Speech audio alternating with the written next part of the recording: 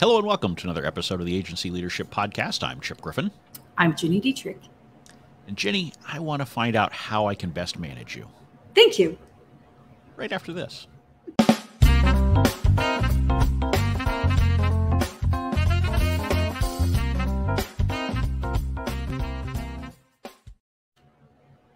There was a lovely little pause there. I'm sure you will not be hearing because I'm sure that it will be removed in editing. But I really hope it's not. There was a pause because I realized that I had not queued up the little jazzy intro for everybody. The look on your face was great. You were like, whoop. Yeah, it is what it is. You know, we all make mistakes. And that's sort of what we're talking about today, because as we, learn to do new things, learn how to speak, perhaps even. Maybe one of those. We need to think about how we can help our team members do that same sort of thing. So basically, we're in a situation where small agencies have people who take on increasing responsibility on the team and ultimately who may become a manager. And so now they've got people reporting to them. And this is something that it's someone who's come up in a small agency environment, they may not have any experience with that. And so you need to try to figure out, how do I give them the skills, the guidance, the mentorship in order to be able to effectively manage other people? Yeah, it's really hard. And, I think some agencies are really great at providing professional development and training to help your staff as they're moving up, and some are not. Like when I was moving up and I started to manage people, they said to me, so we have someone who's on a PIP and she's probably going to be fired in 30 days, but let's see if you can turn her around. And I was like, what? And she wanted nothing to do with me. She was like, because I was like 5 years younger than she was. I'd never been her manager before. Didn't even work on the same team. But by all means, let's do that. That's a great idea. She didn't make it past 30 days, by the way. And I think all of us who have come up in the ranks over the years have our own stories of how we learned, whether it was completely on the job, whether we got some sort of mentorship. And a lot of that depends on who you reported to at the time. And right, I still remember one of my earliest management positions in a senior management role. My boss was very much of the mindset, just throw them into the deep end of the pool and see what happens. And so literally from day one, that's what happened, because on my first day I was there and I had replaced my predecessor who had been terminated on Friday. Oh my gosh. This was on Monday. And my first responsibility was to supervise him cleaning out his desk. No. and he was probably 10 or 15 years my senior. Terrible. So that was my first experience as a senior manager in an organization. That's terrible. It was an interesting experience, let's put it that way. And I mean, I will say that boss taught me a ton of things about management. Whether that was the right first step, who knows? It's probably not what I would do, generally speaking, to a new employee in my organization. But there are these different styles. And so, some of this is going to vary depending upon all of the personalities involved. What your personality is as an agency owner, what your team member is. You have to find something that syncs, though. And part of the problem is that a lot of agency owners don't really have a lot of management experience. Right. And don't have a lot of their own training and mentorship that they've gone through to get where they are today. So to some degree, it's the old expression of the blind leading the blind.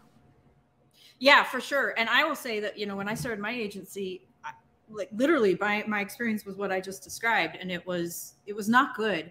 And I think many of us rise through the ranks and we watch people. Sometimes it's our bosses, sometimes it's their bosses, sometimes it's colleagues, but we watch how they behave and we learn what to do and what not to do based on that, just based on what we appreciate, right? But when I started my business, it became really clear that I had no idea what I was doing. And so I hired a coach first, and then I joined Vistage, and then I hired another coach, and I really tried to figure out, what was the best leadership style that worked for me, but also gave people the opportunity to learn and grow. And I think that part of hiring somebody to help or getting some professional development for your team is extraordinarily important. Well, I think you've made a great point there, which is that your team members take cues from you. Yep. Right. So Yep. just as you've taken cues from anyone who's managed you in the past, your team members are doing the same thing. So if you've got, someone who's a junior becoming a mid-level employee and starting to manage people, they're going to echo their behavior in large part based on what you do or what they didn't like about what you've been Yep. doing. Absolutely. Yep. And so you need to really be aware of that, because every time you manage someone who's a direct report to you, you're also influencing how they manage below them. You are, for sure. And, one of the things that I like to do, especially in my one-to-ones today, I would not have done this 15 years ago when I started the agency, but today, as I've learned, is I will say, how are things going? Do you have any challenges? Are there any pitfalls? Is there anything we need to worry about? Here are some things I'm hearing about your direct reports. Let's talk about how to best approach it. And, for one person in particular, he has a direct report who doesn't pay attention to details, and it's driving the rest of the team crazy. So we've been talking for several weeks about how to help him coach his direct report to be more detail oriented and the kinds of things to be looking for, because he just didn't know. So I think you're right in that they're taking cues from us, but we also have to be really good about making space to have those conversations and to coach them and mentor them so that they can do the same for their direct reports. Well, and that's critical as well, that you think of yourself as a coach and mentor and not simply as a manager, someone who's going to hold your team accountable to certain goals or objectives. You're there to facilitate their excellence and to help them figure things out. And so you need to give them the space to do that, which means you need to be really careful about micromanaging, because if you micromanage your direct reports, they're never going to really be able to fully develop as a manager in their own right, because they're going to depend upon you to make a lot of the tough calls. And so you need to give them room, which means accepting that they will make mistakes. If you don't accept that your team will make mistakes, you will never be able to get things off of your plate. And those are the agency owners I work with who sit there and say, oh my God, I can never take a day off. I'm working 80 hours a week. It's because you're not letting go and not allowing for these mistakes to occur. And they will occur. Right. But most of them, 99.99% of them, will not be fatal.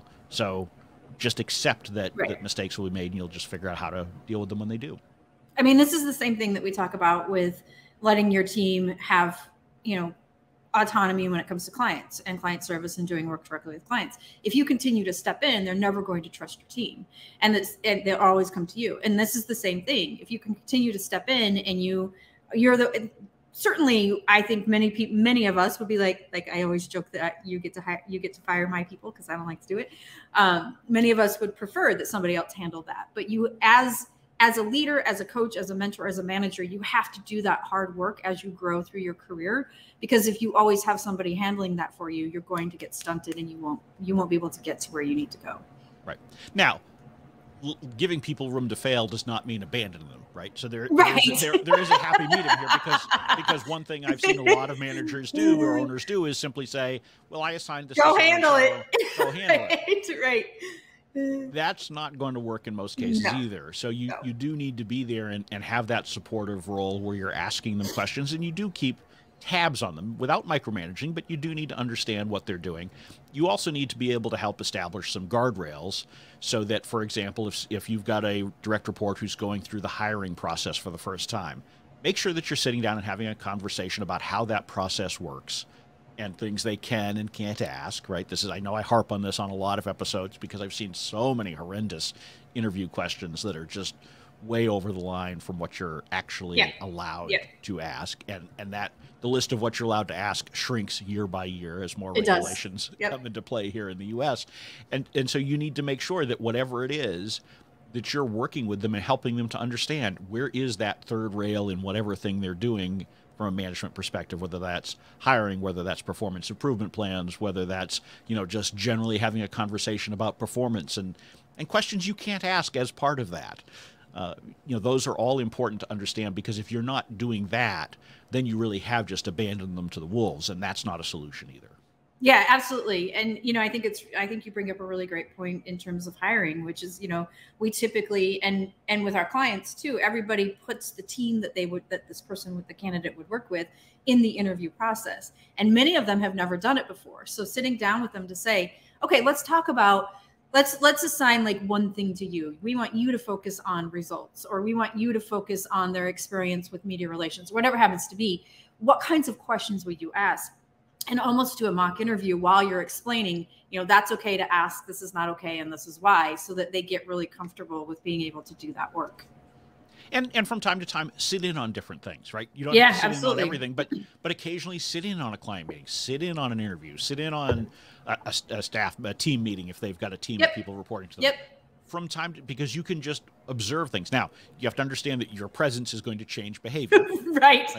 So the mere fact that you are on that Zoom or in that room means that it's not going exactly the same way. Yeah, they'll be on their best behavior. Yeah.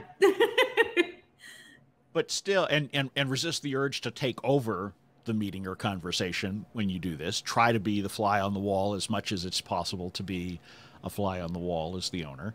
But you will learn things from that, and that will give you room to provide constructive feedback to those new managers on your team to help them continue to grow and develop. Because it is a process, and frankly, we are all continuing to grow and develop as managers, as leaders. Right. Or at least we ought to be, and if we're not, that's a problem. Yes. You're right. And I mentioned earlier that I've hired a few business leadership coaches. I was a member of Vistage for a long time. Those kinds of things have helped. But I also pay attention, especially in client meetings, to how they behave and the ways that they treat their team. Like I will never, as long as I live, forget this. One client we were in our very first meeting with them, and their chief operating officer was in the meeting with the CEO, and he just laid into her in front of us in the very first meeting. And I thought, oh no, we made a mistake. This is not somebody we want to work with. And we waited for one more red flag, and then we actually resigned the business. But you can pay attention to the way that your clients are treating their teams as well, and learn from that, right? You can learn the things to do and things not to do, and encourage your team to do the same. Like, just pay attention to how meetings are run and how people treat one another with clients as well, so you can learn as much as you can just by observing.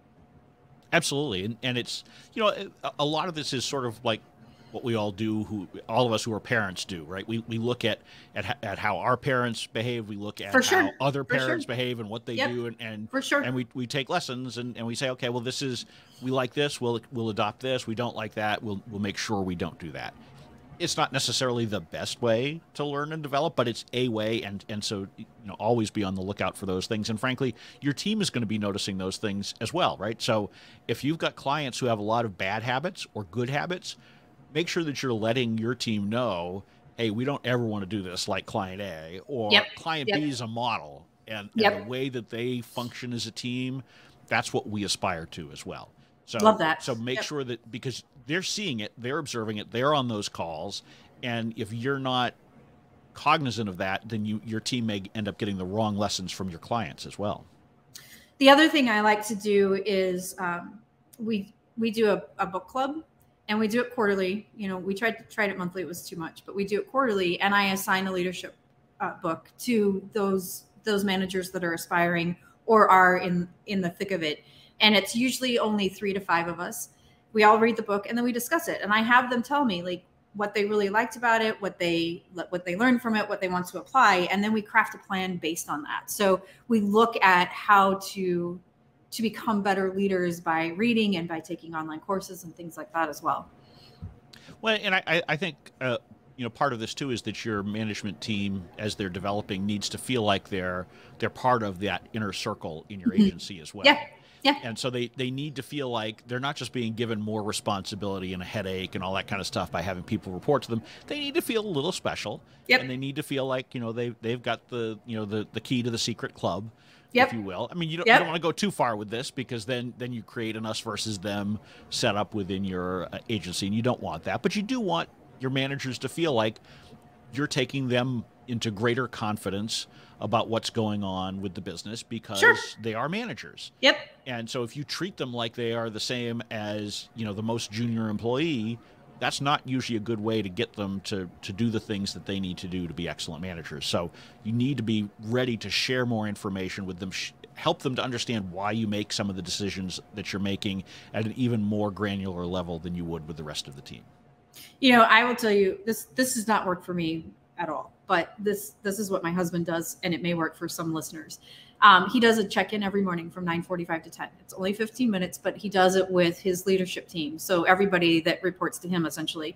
And they talk about these kinds of things, like so-and-so's thinking has been really unhappy, or I'm trying to work through some, constructive feedback with such and such. Those are the kinds of things they talk about in that 15-minute meeting every day, so that everybody's aware and can kind of help to encourage and push things along.